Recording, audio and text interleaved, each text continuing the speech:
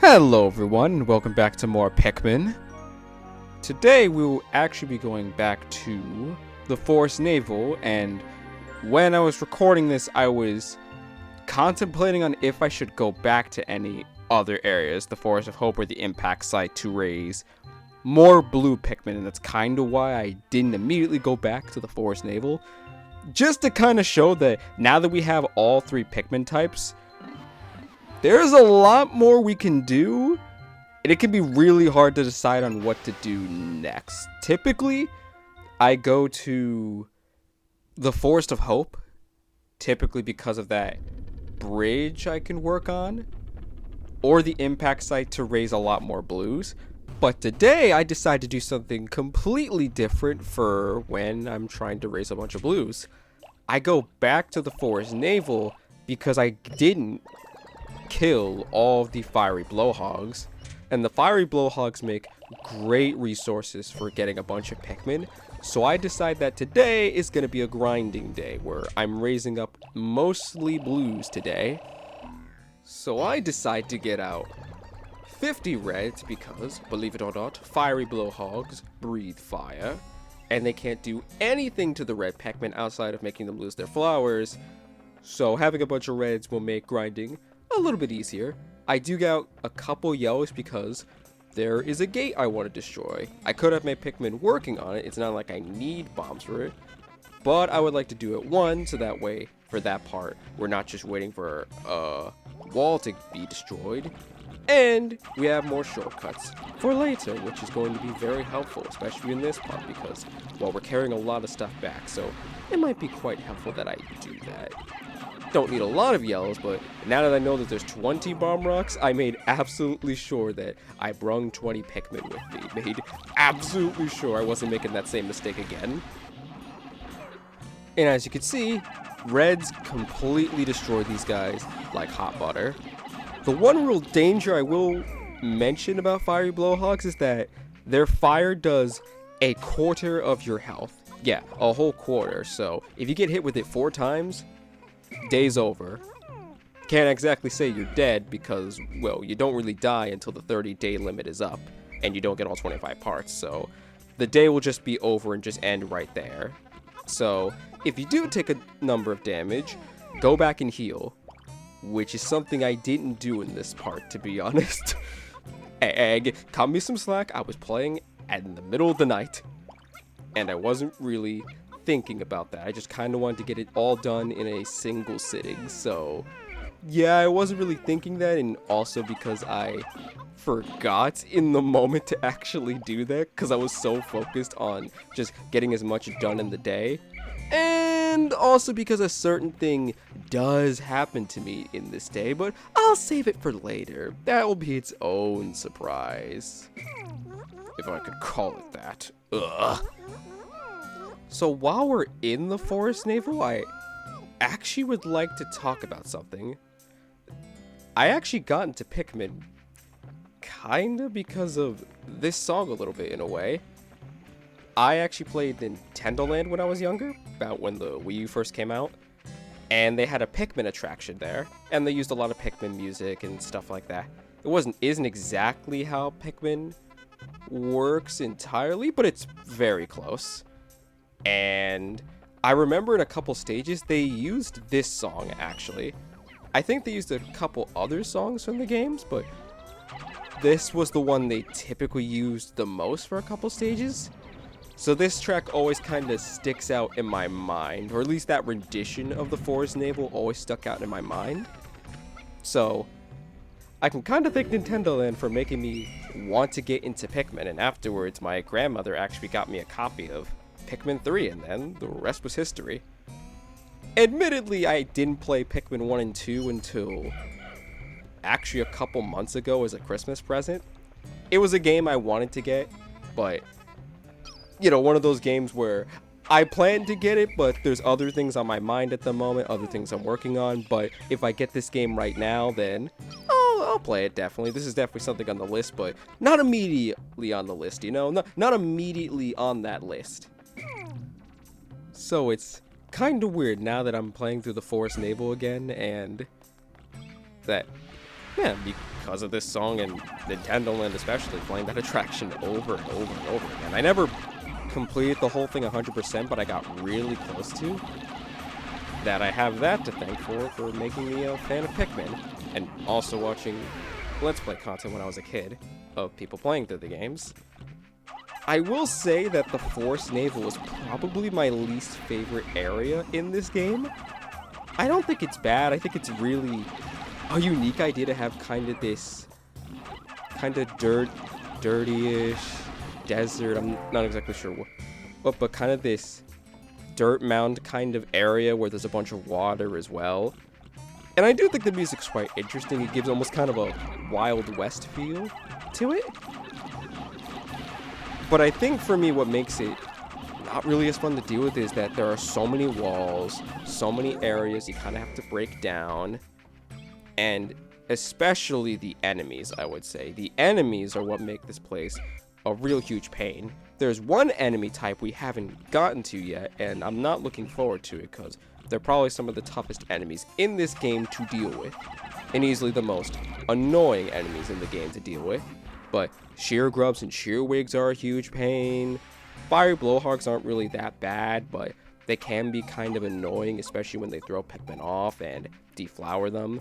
Not to mention, when Pikmin get caught on fire, you have very little time to save them. You gotta be really quick to save them, otherwise they're gonna die in like about 5 or 6, 7 seconds. It's really, really devastating when Pikmin catch fire. And just, I don't know. I don't want to say that, oh, the fact that it doesn't look like the rest of the game is what makes this area not one of my particular favorites. It's because it is quite unique. It is a very unique area. But at the same time, it's one of those areas that doesn't really stick out to me. And it's also kind of odd that this place is a forest when it feels a lot more like a cave. I wonder if this is like maybe like a tree or something, or maybe like a tree stump or a log that's like smushed into the dirt or something. I don't know. It feels weird to call this place a forest when there really doesn't seem to be a lot of vegetation or plant life here. There seems to be very little plant life here. I guess there might be when looking at one section of the map, but that's really about it, I'd say, in terms of plant life. So while I do have a certain fondness for this song, sad to say that fondness doesn't exactly translate to the area. I guess there's also the fact that the water doesn't really get used much in this area. You'd think for something like this that introduces Blue Pikmin that the water would be used a lot more, but you only really need the water for about 3 ship parts. And one of them I actually try to grab in this episode, but you'll see that a little bit later.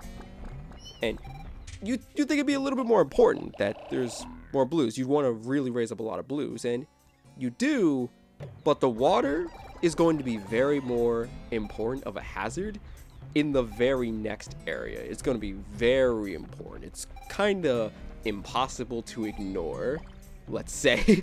So you'd think the area that introduces Blue Pikmin would have a lot more water in it, would focus a lot more on this water hazard, but no, it doesn't, which is kind of odd in my opinion. Kind of odd. But I guess they didn't want to give you Blue Pikmin a little too late because that's the last area we really have to go to, because the final level that you do get, it's a very, very small level. So I'd really call the Distant Spring kind of the last real area you have to explore, and it is a very big area. Very big. But again, we'll get to that when we get to that. Not in the next part, unfortunately, but we'll get there eventually. Eventually, I say. Yes, eventually. And here's a part I'm really not looking forward to. So, what I do here is that I try to take out these sheer grubs and sheer wigs. Like normal. Oh, and there's quite a couple of them. But here I make a very fatal mistake, because I forgot this guy was here. This is a Wolly Wog. And we've seen these guys around beforehand. We may have seen their shadow last episode, and we did see it try to get in my way last time, but, well, in this part as well, when I was trying to take out that fiery blowhog and I wasn't able to. But here we are. It's going to flop up in the air and come back down. Any Pikmin under it will get crushed and die. Here's the kicker with Wolly Wogs. They can kill a very large amount of Pikmin. You think something... It doesn't look that big. It shouldn't be able to kill that much. Oh, I've seen this thing kill almost 30 Pikmin in a single attack. It is devastating. And the best way to deal with them, I find, is take things very, very slowly, I find. Unless you're speed running through the game, take it very slowly. Don't rush. Wait for it to come down. Throw a bunch of Pikmin onto its back or the top of its head. And the Pikmin will keep attacking, and then it will fall down. And while it's in the air, the Pikmin will do a ton of damage. And then just repeat the cycle over and over again. And make sure to whistle your Pikmin before it drops down, because if it drops down, the Pikmin are going to get shaken off. So make sure you do that, and make sure you don't call your Pikmin too late, because sometimes when they're running back to you, they can get crushed. I have had that happen before. But that is how I've usually dealt with Wolly Wogs, and unfortunately, I didn't do that. I really didn't do that, and I feel really dumb looking back on it, that I didn't take this area slowly because I forgot that the Wolly Wog was right there. Ugh. And sorry that I talked over that mini boss as well. That was the Puffstool. Because I was really, really upset in the moment about what happened, I just immediately decided to quick kill the Puffstool immediately, and yeah, as you saw, I killed it in one cycle. It is a very simple mini-boss, more so when you get a bunch of Pikmin under its legs, it'll trip, and then you just spam a bunch of Pikmin immediately. Spam a ton of them immediately, which typically is reds, because there's a lot of fire in this area, which is why I went back and got a lot of reds for this. Make sure you have a ton of reds for this, so that way carrying things back is a ton easier. So much easier, and you don't have to worry about the fire. That's the very big thing. Make sure you have a ton of reds for this. But I will show off the Puffstool in a bonus video to actually show you what it can actually do, because it is quite interesting what it does. But I was so upset that I decided to just quick kill it immediately. Didn't want to deal with it and just get it out the way, because that, in the moment, really, really sucked. It really sucked having to deal with that. Losing a ton of losing a lot of Pikmin to sheer grubs, and then the Wolly Wog right afterwards, devastating them. It was... Oh, I was mad. I was real mad. I remember being really mad at that part. Oh my god. But yeah, make sure you take it really slowly, and don't do what I did. Make sure you really check for that Wolly Wog before you go and deal with it. Make absolutely sure you deal with that Wolly Wog. Oh boy, that was a doozy. Omega Stabilizer. This is the dolphin's fin. It's a little beaten up, but it should still function.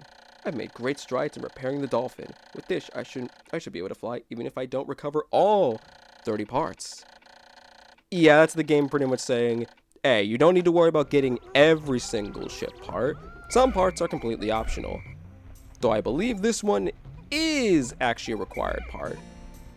The funny thing is, there are some parts that you would think aren't optional, but they actually are required. We'll see them in a little bit. But makes you question what Olimar must be thinking about the whole, what's required to get and what isn't required, you know? I have to question it, just saying. So yeah, I thankfully was able to raise a ton of blues today, and this is a big mistake on my part. I don't know why I felt the need to pluck the blues, since I was gonna come back to this area anyways, and I could have just left them in the ground, but I didn't, and it's going to cost me with this ship part in particular. The number 1 ion jet. Number 1 ion jet. This was my biggest blunder this entire day. My biggest one. Because I wasted a ton of time plucking blues when I really didn't need to. And I had more than enough. I had more than enough. I had more than 25. So I don't know why I felt the need to pluck the blues. I could have just left them there and they could have become flowers. So I really don't know what I was thinking. But yeah, time's running out and it looks like I could make it. But unfortunately, well, as you'll see, I just don't have the time. And again, I don't know why I'm plucking these. I should have saved them later so that way they could become flowers when I come back here. There. Ugh. But yeah, that's how this day went. I did raise a lot of blues and we did get apart, but unfortunately, I wasn't able to get the ion jet back. Thankfully, though, we will be able to get it back once we come back here. It'll stay in that part, well, part of the map when we come back here, so thankfully that's an immediate ship part we can get right off the bat, because we won't be going back to the Forest Naval for quite a little while, honestly. We covered a lot of ground with it, at least that's what I felt at the time, so I decided that it's best to leave it there for now, and we'll come back later. So that was what I was thinking at the time when I did this. 5 days since impact. I have seen that, at times, the leaf atop a Pikmin's head will grow into a bud, and then a flower. It appears that if I do not pick the Pikmin sprouts, they gradually bloom over time. Yeah, I really wish I did that. Really wish I did that. Thanks for giving me this game. Thanks for giving me this, of all things, when I'm talking about that I made a mistake in picking Pikmin when I could have just left them in the ground for later. Ugh. So, despite me making a ton of small blunders that cost me, we still raised over 100 Pikmin in a single day, so that's really good. Most Pikmin lost in a single day, but still, really, really good, and I wanted a ton of blues, which is perfect. So now, with all that progress made, see you all for day 6, where we tackle the Forest of Hope for the very last time. So this is Chow Guardian, signing off. Ciao!